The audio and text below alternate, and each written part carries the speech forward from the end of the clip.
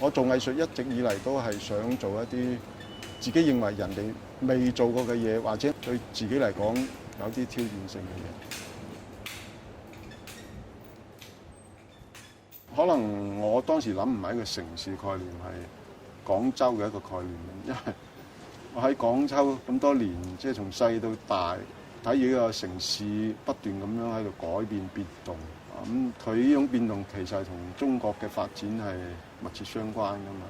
咁嗰種能量，你自然而然你就會能夠即係利用到呢種能量。偶然有一次就係春節嘅時候，一班中學同學去探中學老師嘅時候，應該係大新路嗰邊吧。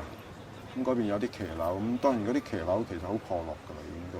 咁啊，因為過年咧又冇乜人，即係嗰啲外地人都已經走晒。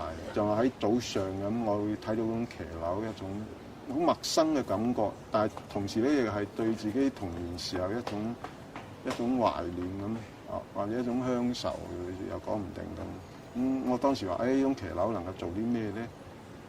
後嚟喺古巴參加呢個哈瓦那雙年展嘅時候，咁我睇見佢哋喺度柴膠抄，咁我係咪？我覺得或者可以通過呢個嚟放入去咁。我並唔係話真正生活喺一個西方華語嚟。雖然可能我喺西方嘅時間比較長，但係我嘅思維方式啊，其實唔係喺一個社會嘅內邊。我雖然係生活喺西方，其實我生活喺西方社會嘅外邊，就會出現有一種錯位。即係喺全球化下裏邊，藝術家都會面臨呢種挑戰咯。大家會慢慢習慣咗呢種全球化下嘅一種創作方式，咁嗰個方式好可能係屬於藝術家本人。咁可能價值嘅體驗係通過藝術家一系列嘅作品進行體驗咯，而唔係通過一件作品去體驗。總係想做一啲我唔知自己能唔能夠做得到嘅一啲事情。不管係對於我嘅身體又好，對於我嘅能力又好，即係會想方設法去實現佢。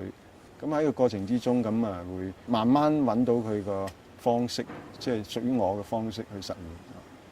咁好，即係好可能呢種方式，人哋睇係屬於係好笨拙嘅方式，好可能呢個就係我一種藝術嘅方式。